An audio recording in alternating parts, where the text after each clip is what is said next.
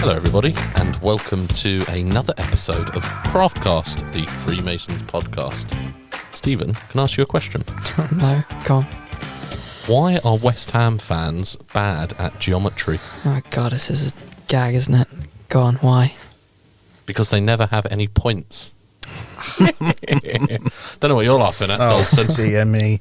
What is the difference between Aston Villa and a cup of tea? I don't know, Sean. The tea stays in the cup longer. No. Well, ladies and gentlemen. I hate how he's prepared these. No jokes about Newcastle United. I think the jokes write themselves about my football team, okay? Or maybe it just is Newcastle United. that is the joke. Oh, dear. Well, you may well have understood the topic of today's episode of Craftcast. For today, we are talking to the founding member and Primus Master, in fact, of Football Lodge in Hampshire Isle of Wight, David Lalana, and Alex Pike, who is a relatively new Freemason and the commercial director of Eastleigh Football Club. And initiated in their very first wave of initiations. There you go, the Primus Initiate.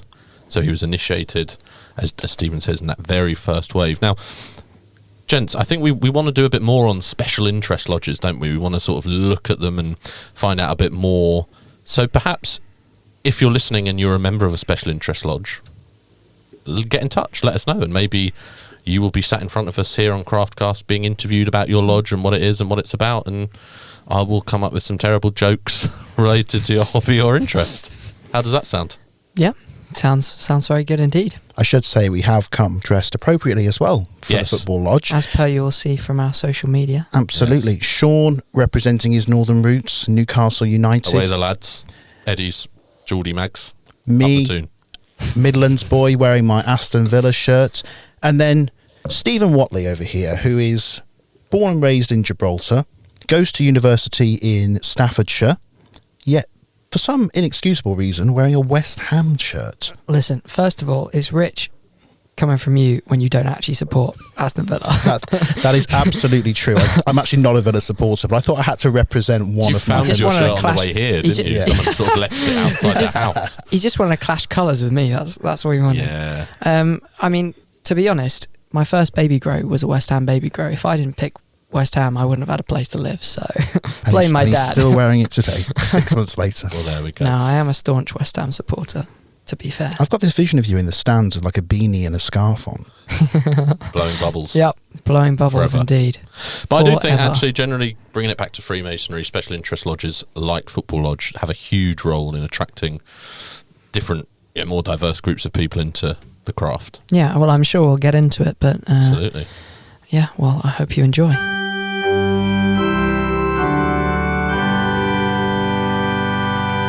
So, David, do you think you could tell us, in short, why was the Football Lodge founded? How did it come about as a sort of ember of an idea?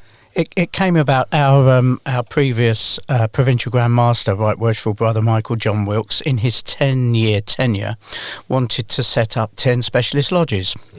And our founding senior warden, Worshipful Brother Sean Whelan, and myself, members of the Provincial Grand Stewards Lodge, would meet regularly in the Novotel at Southampton. And the two of us would chat regularly, and we thought, do you know what? There's been a rugby lodge created here, why not a football lodge?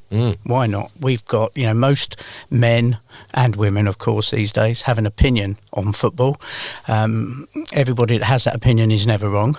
So we felt we could channel that into a lodge situation, and I wanted to embrace the two great loves of my life, which of course is football and Freemasonry, and in turn promote the specialist lodges so that we can take Freemasonry well into the 21st century. That was our key aim, really.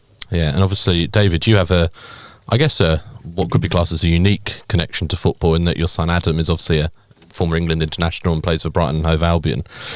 Does that sort of give you a different viewpoint on football? You hear a lot of armchair pundits, us included, generally, who give our opinions. Do you sort of feel like that perhaps gives you a little bit of a different perspective in terms of the game and how it's played and whatnot? It does. I mean, I love my son, both my children, immensely. However, when you are privy to the inner sanctum, you really appreciate the pressure that these people are under.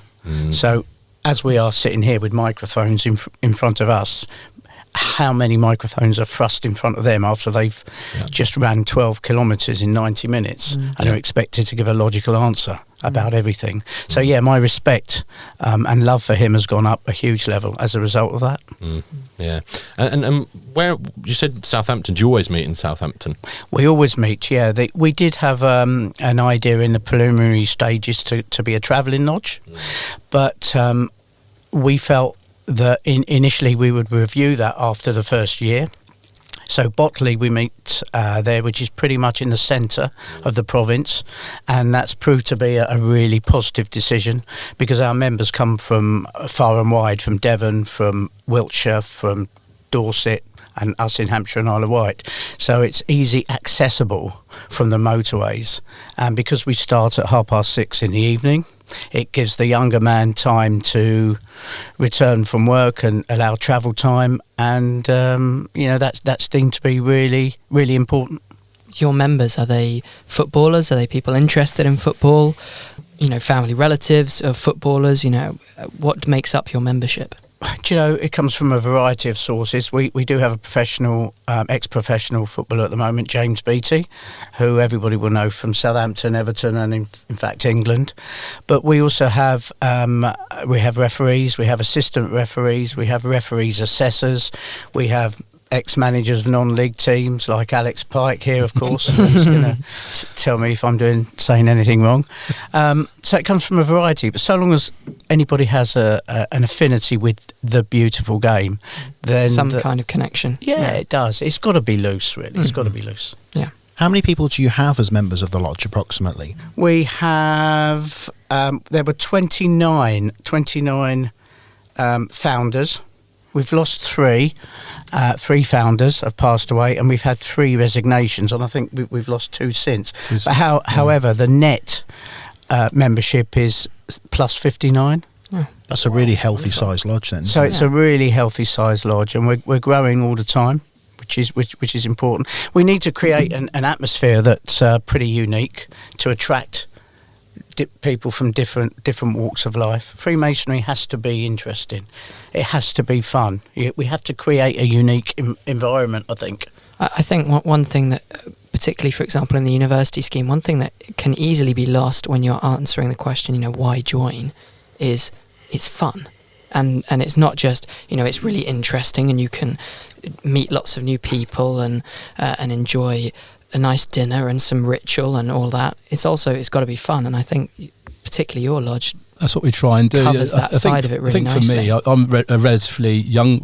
I was the very, very first Primus initiate to the football lodge, and I needed a hook to get me into Freemasonry. My father was a Freemason, obviously made me a Lewis, but I had no desire to join Freemasonry after seeing what my dad went through from the traditional side. All of a sudden, people like David and Sean Whelan came up with the football idea. That gave me a hook to get into Freemasonry. And then once you smash your 2 interests together, Freemasonry and football together, then you get a wonderful product. And I think that's what we got in the football lodge. Yeah, because I was going to say, Alex, obviously you've been a sort of lower league football manager. You're now a commercial director at Eastleigh Football Club. So similar question as I asked to David, do you feel like that gives you a sort of unique perspective on football, and then taking that and, as you say, combining those 2 passions together, you sort of go into a lodge room and feel like, actually this works for me, the fact that I can do both? I think it does, yeah. As an ex-non-league manager, I've never made a mistake from the dugout. I'm the best referee, I'm the best centre forward, I'm the best centre half. I never make a mistake from there. And it's a bit like my Freemasonry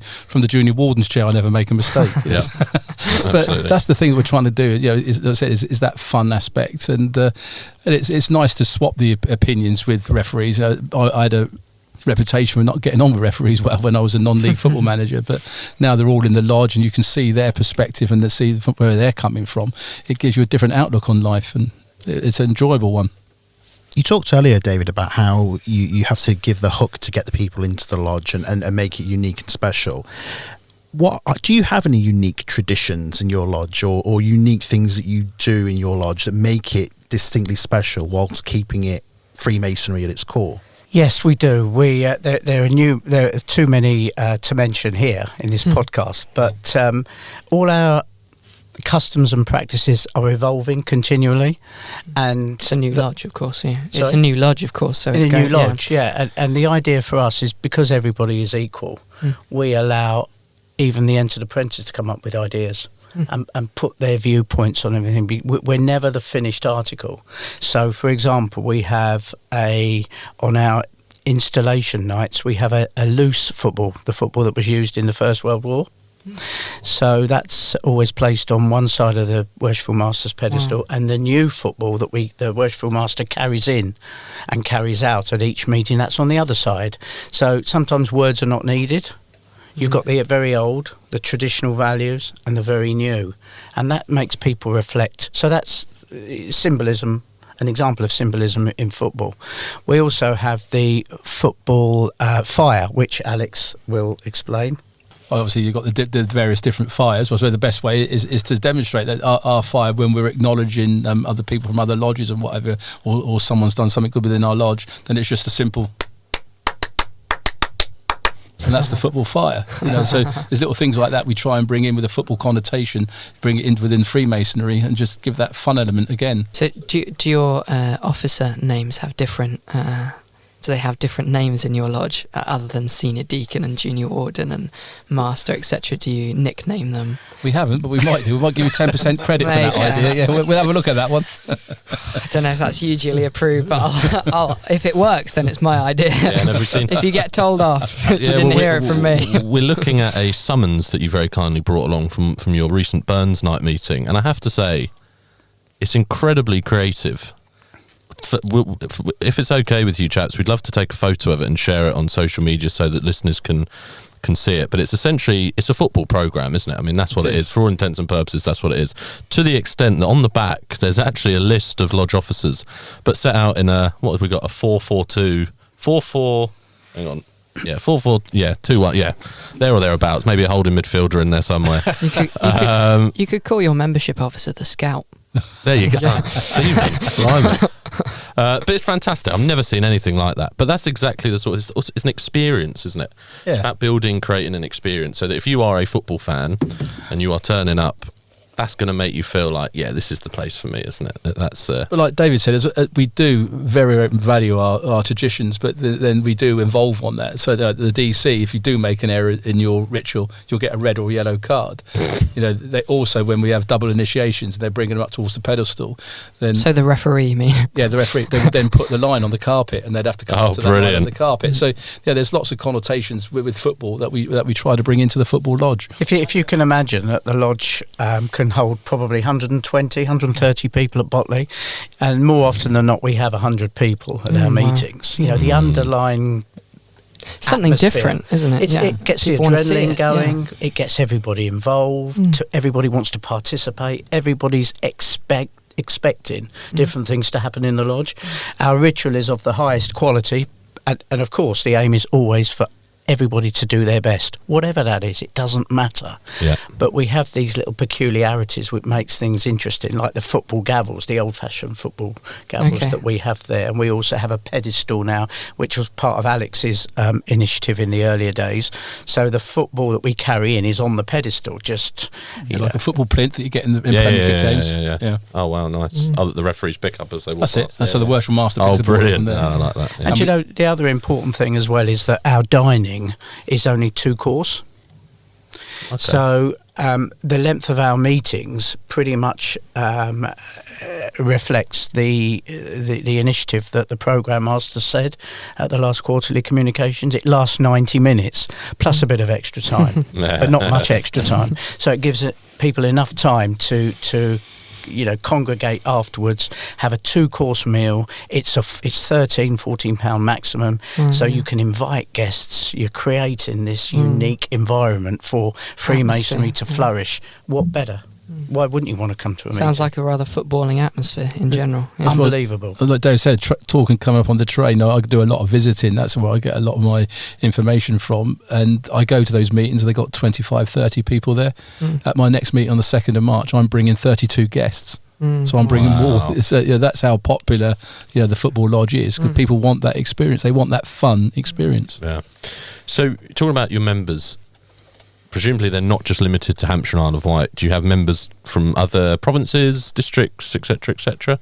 Well, we've got Craig Cox. Obviously, that's what we advocated to earlier. That Craig is a ex-Football League referee and also he's a football assessor now, but he's also the APGM of Devon, so he's one of our members. So he constantly makes the away trip down to us. Yeah, brilliant. Not much football in Devon, is there? So yeah. Do you do any away visits? Do you do that, and you go to visit other lodges and call them away matches or something? We do. And that's really important because we started off by having 4 meetings a year, and because our initiates are building up, what we would do is go invite ourselves or offer our services to other sort of red light or amber light lodges within the province to help them boost their numbers, give a little bit more information about why we are so successful, and do passings and raisings at a little bit of inspiration and a little bit of help out as well. I think so. Because that's probably one of the things that it's not a drawback, because lots of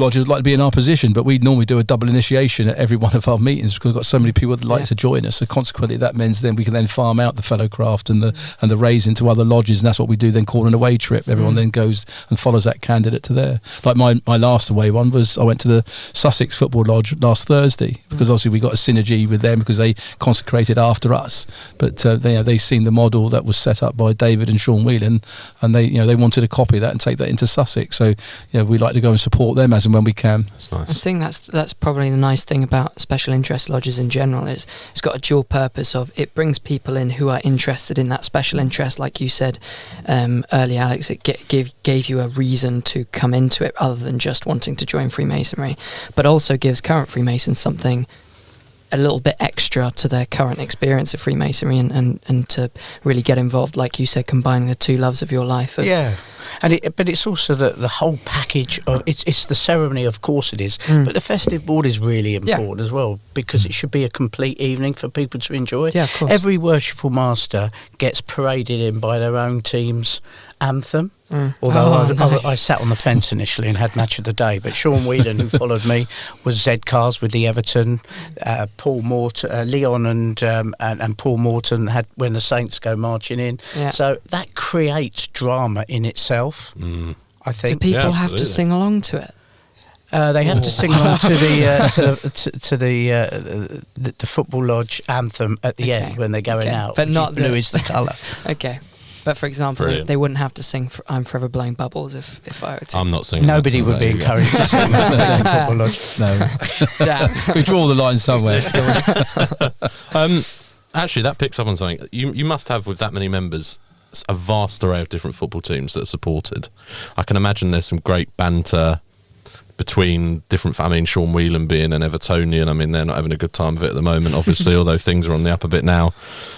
It must be a great atmosphere at the festive board, especially where there's banter being thrown around, and if someone's team isn't doing particularly well, they're getting stick. And is that? Am I right in that impression that it's sort of light-hearted banter? Absolutely light-hearted. Yeah. That is the point. But I suppose if you look at our lodge, being the fact that we're Hampshire and Isle of Wight, I would probably say 60% of our membership is either Pompey or Southampton. That brings anything to laugh about. That brings. But we've got a few Man United fans, me included. We've got Mark Warner and Adi Bolton, and there's quite a few, but it's normally the Southampton and Pompey. We like that, David, don't we? Because it does bring that little bit. It never spills over. It's just that fun element, especially when you've got a super tiler like Ian Chase that always wants to throw Pompey down your neck, and even when he lifts up his apron, he's got play up Pompey underneath it. So. Well, they say don't talk about religion, politics, or football. Although I haven't seen that in the obligation. just need to insert that into the newest edition of the charge after initiation. Absolutely, you have to turn around and say don't engage in topic of political, religious, or even football. Yeah, and even at the festive board, there is a line that we know not to cross. Yeah, of course. But sometimes we push up to that line, and that's really important to create drama. Yeah. And also our raffle, we raise such a lot of money at every meeting. Of course, that's part of our value. Mm-hmm. And our raison d'etre really over 5, 6, 7 years has been to get all light blues in progressive offices, which we've achieved, and also to promote grassroots football and help the local community, as well as supporting the festival, because we're in festival at the moment. And members want to see their money dispersed. Yeah. and that's really important. So in the consecration, we raised, I think, £2,000, and we set up an under-9s team at every club within the Portsmouth and District League, so that they could start an under-9s tournament. And there's the evidence there that people can, and we're promoting Freemasonry as well, which is fine. But as you mentioned, we came into the room. We during COVID, we found that Andy Mapperson's football club, Foley Mare down at Stoke, needed £2,500 because you had equipment damage, needed new CTV cameras in, and over the course of just 2 days, we raised that £2,500 all by WhatsApp messages. And there was another club in Sussex that had their defibrillators smashed up, £1,500. Within 24 hours, we'd raised that money for that. So we're looking for clubs outside of our province that we can help them as well, because grassroots football means everything to us. Football means everything to us. It's our passion, and if we can help someone up in Stoke, then we will. I think we're a very progressive lodge, and we echo what the programme master said at the last quarterly communications. It's yes if, not no because. And when we sit and reflect about how we manage our lodge, we're already ahead of the game, and that's really, really encouraging, I think. So if you're allowed to, you might call your Tyler kit manager or something like that. He's coming up. That's the I've been thing about sitting on that one. getting close to the line. I'm going to jot all these down. Like I said, if they're good, I'll give him 10% credit. If they're not, he might lose his district honours. There is a relationship, though, between the game of football and the craft more generally. We know that the Football Association was founded not far from where we're sitting now on Great Queen Street. Is there any further relationship or history there that you guys are aware of between football, the FA, maybe the founding of teams, and Freemasonry moreover? I think in the early days, yes, there was a huge synergy between the two. And we have a great respect for Anfield Lodge in West Lancashire, which, funnily enough, is a Blue Nose Lodge. I don't know if you were aware of that. But Everton was actually formed at Anfield by a Freemason. And then when Everton left to go to Goodison Park, the same Freemason founded Liverpool. So the affinity between Anfield Lodge and ourselves is very strong. So the APGM of West Lancashire, Andy Witt, was a regular attender of our meetings and that. And in fact, when I went into the chair, he gave me a signed Everton shirt, which you can imagine with Adam playing for Liverpool didn't go down too well. But it raised a considerable amount of money. So yeah, there is a synergy, and of course with Sir Stanley Rouse being secretary of the FA for a number of years, and the England managers Ron Greenwood, Alf Ramsey, it goes on and on and on. So yes. But also, for me, the most important thing is that one person doesn't define a team. For example, at Manchester United at the moment, I mean, it's no secret that since a certain player has left the club, the synergy between everybody has proved to be good. And the same as Freemason, we're all equal. So no one person hasn't got the right to take over any lodge. The star or the centre of the team. It's everyone's equal and everyone's absolutely. Yeah. And our responsibility as senior Masons should be to give the light blues an opportunity of developing. Freemasonry is a journey, but it's a journey that's unique to each individual. They shouldn't be pushed. Everybody's good at something. Not everybody's good at the same thing. So, for example, in football lodge, team, we have a master mason in our lodge that doesn't want to progress through the chair as yet. So he's become the charity steward. Now he's mentored by a senior charity steward. Now why can't he develop that role? He's already signed 4 people up, hasn't he? For the MCF. For the MCF. That's a very good job. So, it's learning. It's a learning exercise all the time. And how many Man City fans out there know the reason why they play in light blue? It's because of Freemasonry. There's a lot of them out there that don't realise that. And their away kit was their home kit. They only went into the light blue when the Freemasons saved them and said, that's the condition, you will play in light blue. And to this day, they're still playing in light blue. There's loads. Sean Whelan does a presentation for us, and he's got those synergy. And it's absolutely amazing when you sit down there and you see the connections between football and Freemasonry. It is just...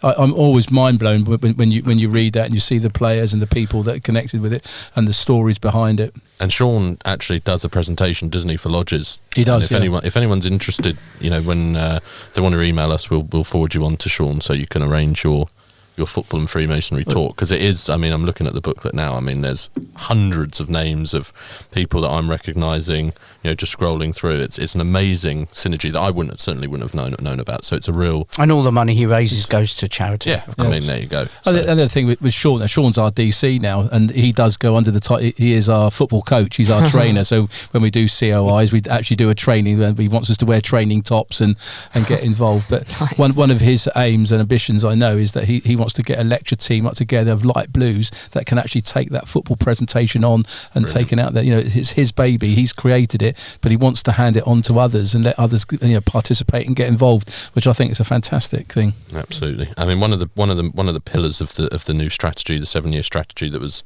announced by the Programme Master in December, is about the membership challenge, addressing the membership challenge, the gap between those coming in and those going out. It's obviously a real priority for us. Special interest lodges like yours play an absolutely fundamental role in that process. Can you maybe give us an overview on why that is, and how do special interest lodges like yours in particular keep people in once they are in? If you understand the question, what is it about Football Lodge? If someone joins, what is it about it that keeps them subscribing members, coming along to meetings and enjoying their Freemasonry? I think for me personally, as a young Freemason, David hit the nail on the head. It's about fun. And I think when I look back, when my father was a Mason in the 80s, it was completely traditional, and the old DCs ruled with a rod of iron, and you do this and do that. They were more of a referee than a coach. Absolutely. Yeah, and it would frighten a lot of people. They wouldn't want to put themselves forward for ritual because they're frightened of making a mistake. I'm going back to the 80s. Now with the DCs and that, now you're encouraged to do it. And if you do make a mistake, you know, we're going to help you. We're going to get over it. And that's the element for me is that fun element. I think that's what I was lucky enough back in September to be invited to Grand Lodge to do the open weekend. So we were part of the Special Lodge team, and we did it all. But that meant I met the craft beer, I met the Formula One, I met the rugby, and I met them all, and we all got that synergy together. And you can see that just by having that extra interest outside of Freemasonry, we're not just Freemasons anymore, we're Freemasons in football, we're Freemasons craft beer, we're Freemasons in rugby. That gives people a more of a common ground to link with one another. And then once you've captured those people, to keep football's been going on for 125 years, and people enjoy the post-mortems and talking about football, and that's what it gives you. You're not only talking about Freemasonry, you're talking about your interest and your passion as well. Yeah. Mentor could be youth coach. Stop. Becoming a problem. So what's the plans for the future for Football Lodge? Do you sort of more of the same, you know, going forward? Are there any aims and ambitions that you guys want to achieve for the lodge? I mean, it's clearly very successful and it's unique in itself, but are there any other aims and ambitions, things but you haven't done yet that you want to do? I think, again, from a young Freemason, we were very, very lucky with our founder members. You know, that there was 30 almost dark blues. I think there's only 2 light blues amongst them, and the quality of them grand officers, provincial ranks. So that's given us young blues that great support network and that help. And like I said, their ambition was to put all the light blues in progressive roles, which we're now in, from the worshipful master down to the inner guard to the chaplain to the almoner, and we've got all the light blues in there. But it's nice to know the safety net of these experienced people like David, like Bill Starkey. They are there, and they will be there all the time to give us out. It was their baby, but they want to hand it on, but they're still steering us in the right direction. And for a young Freemason, you can't have anything better than that. It's everyone's lodge. You know, people should be allowed to make mistakes, provided they've got the support mechanism around them. Any mistakes that are made, if you learn from them, you go forwards. All the young junior Masons that come through need to be mentored properly. Yeah, the membership officer, the mentor, needs to be involved with them continually. We have a lot of social evenings out of the lodge. You know, we have WhatsApp groups, we have Instagram groups. We have to think of the future. You can never stand still. If Freemasonry stands still, you die. Well, and I think that's crucial. Well, looking at the future, and obviously this wouldn't be probably in the near future, but given the success of your lodge and the other special interest lodges, do you see potentially having a sister or a daughter lodge somewhere else in the country? For example, obviously if you've got someone, I don't know, maybe who lives in the very north of England and you're obviously quite far away, they might find it difficult to be an active member. Do you think if there's enough people in a different part of the country that might want to do the same thing, you could have a sort of a spin-off of your lodge essentially, and a football lodge number 2 kind of thing? Absolutely. It's no trade secret what we're doing. Yeah. I think. You have to get people involved. If you don't attract the younger person, we're not a dining club. You know, we are a fraternity. We all have the shared experience. Every single meeting is a shared experience, I think, and that's really important to know. So, yes, the Northwest we have an affinity with. If they wanted to set a football lodge up, East, Central, wherever, then we could form an association of football lodges. But that, I think, is in the future. Each province needs to address their own recruitment in their own specific way. But by them looking at the way that we have shown ourselves to develop, they could do a lot worse and would drive numbers up. And I think that's really what the Programme Master is looking at in this membership challenge. Everybody should have a voice and be encouraged to do things differently. It doesn't matter if you fail. We go back to the old ways. So we're a great believer in promoting our customs and our values as opposed to traditions. Because apathy within any lodge, if that happens, then the lodge is in big trouble. Well, I have a question very specifically for you, David. So, not guilty, Your Honour. So you said earlier that you sat on the fence with the match of the day. So is that because you're not willing to tell us what team you support? No, I've always been an Everton fan all my life. Oh, really? And, so I bet that became a problem. It was a huge problem. It was a huge problem. I was going to say, who do you support? Do you support your son or your team? I don't know. I don't know if that's the reason Andy Whittle bought a signed Everton shirt down to me, by the way, but it's... Could have been. Yeah, well, we just love football. Well, Welshford brother David Lalana, brother Alex Pike, thank you very much for your time. It's been an absolute pleasure. You're very welcome. Thank you for having us. Thank you very much. Thank you. Well, that was a very interesting conversation. Lots of takeaways there. What was your favourite takeaway from that? I think the thing that David said about not being afraid to innovate and to use the Programme Master's terminology of yes if rather than no because. Football Lodge is a relatively new lodge, consecrated, I think they said 2016. Yeah. They've had a huge uptake in members. They've got over 60 members in the lodge. They've initiated 29 people. They're doing something special because they're innovating and they're keeping the traditions of Freemasonry alive and keeping the core of what we do very relevant, but they are looking at ways in which they can make it more attractive to other people who may not have considered it before. And I think that's one of the great things about special interest lodges, which will become a central aspect of how we recruit and retain members in the future. Yeah, I think for me it was also that the way that they had sort of infused the two. The summons looking like a football, a match day program, and the officers being laid out in a 4-4-2 formation, and just little things like that were just nice little innovations that a football fan would immediately recognise. I thought that was nice. I'm just pleased they like my lodge officer names. You were on absolute fire. You just couldn't stop yourself, could you? You're going to get a 10% credit now on any royalties they get from these suggestions. Now, I do think this is a good time to mention a bit of an elephant in the room. Something that I think has been lingering in all of our minds for the duration of this podcast as we sit here. The whole day. Yeah, borderline. I'm sat here in my Newcastle shirt, James in your Villa shirt, and Stephen in your West Ham shirt. There is, however, a member of the Craftcast team who isn't wearing a football shirt. Is there, producer Marta? Silence is golden. Marta, the Juventus supporter. Yeah, Marta's a massive Juventus fan. Big fan of Juventus and then Lazio, the two teams. She absolutely loves. I think someone should get a whack. You know what it was? No, she told me this point. morning she couldn't decide. Is it Juventus or Lazio? Which shirt would she wear? Juventus is obviously the same as Newcastle, so she thought that wasn't the case. But then, she couldn't find her Lazio shirt, so... What she did say to me is absolutely under no circumstances would she ever wear an AS Roma shirt. That would just never happen. No. Of course, we're joking. Marta is from Rome and is a Roma fan. So supporting Lazio or Juventus is about testament to heresy. No supporting Newcastle, for example. I think that's a good place to end. See you soon. Well, yes. Thank you very much, everyone, for listening, and we'll see you next time. Bye, everyone.